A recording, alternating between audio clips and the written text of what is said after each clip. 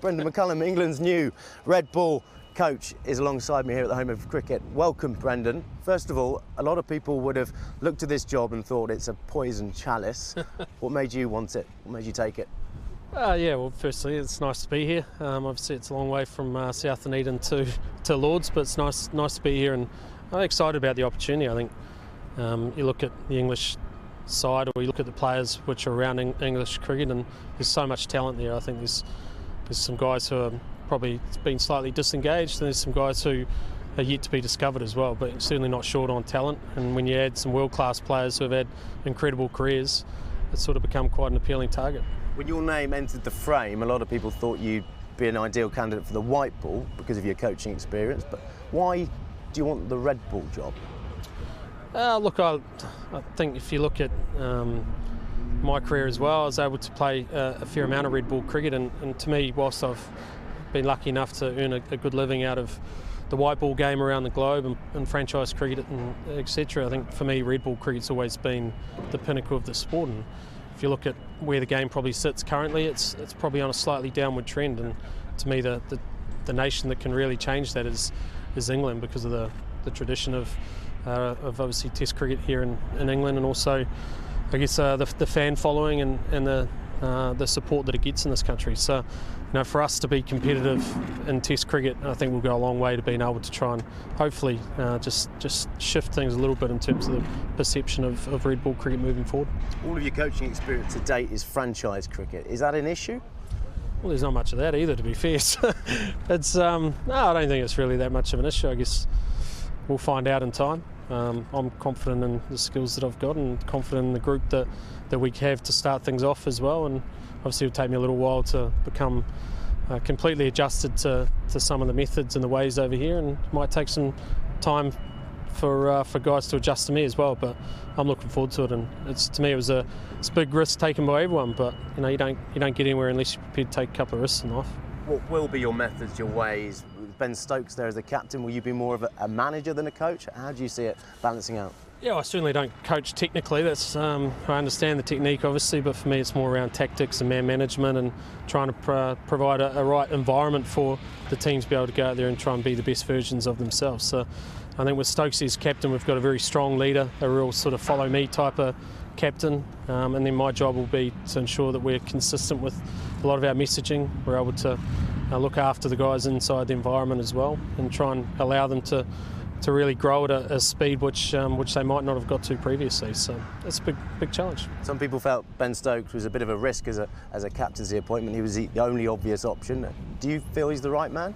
Yeah, I absolutely think he's the right man. I think I've loved watching Stokesy play cricket over the years, playing against him obviously, and also watching from afar. I think he's one of those real characters of the game who the harder it is, the more they step up, and some people are born with those qualities, and I think he's certainly one of those guys. So I'm looking forward to working with him, and obviously there's going to be some robust conversations at times, and I'll probably have to be a little bit more plugging of some gaps at times as well, rather than I guess in some previous roles that I've had in leadership or captaincy, where I've probably been a little bit more like Stokesy at times. And with you two at the helm, will we see a more aggressive, more attacking form of Test cricket from this side, do you think? I think we'll see a more positive, yeah. I mean, I guess the thing is that you've got a natural kind of speed that you travel at when you've got Stokesy as captain, and I guess with me as coach, I'll be trying to just ensure that the guys are trying to play their best games. Don't want them to play like myself. I want them to try and be the best versions of themselves, and I think we'll play a watchable form of the type of game, and hopefully we're able to get some early success, and we'll be able to pick up speed with that. What's your goal for this team? Can it return to the best Test team in the world? Yeah, it's going to take time. To me, I think it's just trying to get some of these guys who've got an immense amount of talent playing to their potential, and trying to play for one another, and try and be a good representation of England as well, and hopefully we're able to achieve some good stuff along the way. I think in time, certainly get to number one. Challenge for the Ashes would be a nice thing. Try and be up there when you're talking the best Test teams in the world, but we've still got a long way to go before that. How long do you think that will take? Good question, not sure. We'll start with the first Test match and we'll see where we get to. Because do you see parallels with the team you captained in New Zealand in 2013 and this England team now? Yeah, obviously on a bigger scale, but yeah, I think obviously the last year or year and a half, and has been trying for this side and the people involved in it as well. So I guess instantly you're trying to free them up a little bit.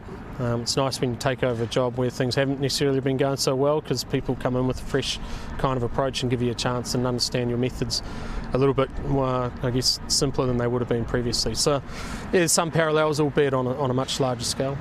You'll bring a fresh impetus, but to what extent do you think the backroom staff will need freshening up as well? Yeah, I'll see. Again, respectfully get in there and sort of get to know some of these guys and work out where they'll sit and what needs done, and if we need to make some changes at some stage, then you do what's right for English cricket, and that's ultimately the objective with every decision that you make. You've got less than a week to prepare the team for this first test. How does that feel? What can you do with such little time? Not a great deal. I'm not sure too many throwdowns are really going to matter. I think for us it'll just be about trying to get the team together as quickly as possible on the 29th, get some conversations going, make sure that the messaging is very consistent from myself and Stokesy, and try and just make sure that you've got a lot of guys out there understanding how we want to play the game. And you're taking on New Zealand. How does that feel as a proud Kiwi? Yeah, it's obviously going to be a little bit unique. Got a lot of friends in that dressing room and guys who I've had a lot of great experiences with, not just on the field but also as a bit of a mentor to some of them as well. So that's going to be difficult, no doubt, but I've got a job to do and I'm looking forward to getting stuck into it. It'll help, won't it? You must know their weaknesses as well as their strengths, no? Well, we'll soon find out, I guess. Look, they're a very good cricket team. They're very well led with Kane Williamson. They've got some of New Zealand's best ever players in their side as well. They're not going to be easy, but I look forward to the contest. No reservations about masterminding their downfall then? I've got a job to do, you know. We'll see how we go. If we play well, then we'll give ourselves every chance. And just in terms of that first test lineup, England have had issues at the top of the order. Will Alex Lees and Zach Crawley get this series to prove themselves as England's openers? Well, that's certainly the idea at the moment, and my philosophy around selection is to be very loyal normally, and to normally give guys one more game than they probably anticipate themselves. You do that, you not only find out and get guys content if they do find themselves on the outside of the team, but you build a sense of loyalty for the guys who then get next opportunities. So yeah, that's certainly something I'll be looking to try and do. And at 3, Ollie Pope comes in and he's not played there. Is that a concern? Yeah, we'll find out, I guess. Again, he's a very, very good cricketer, a guy who's probably a little bit untapped in terms of his potential at this level.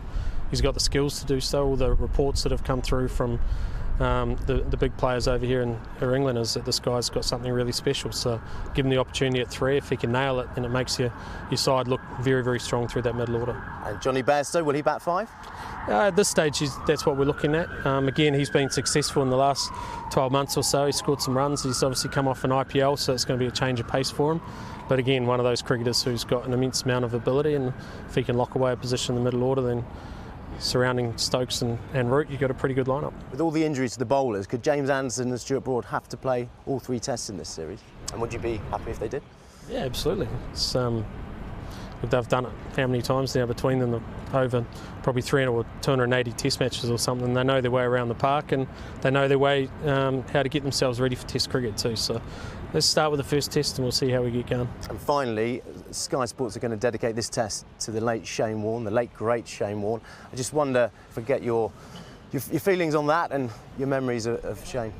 Yeah, obviously Warne, and I was good mates with Warne as well, like most people in the cricketing world, and well, not just cricketing world. You watch his funeral and all the outpourings of sentiment that followed his passing. Obviously, he was an absolute rock star, a superstar all around the world, and he's going to be missed a lot. So, yeah, it's going to be pretty emotional for that time. Brendon, thank you very much for your time. Thank you. You don't have much time until the start of that first test, as I say, next week, and it starts here on Thursday against New Zealand.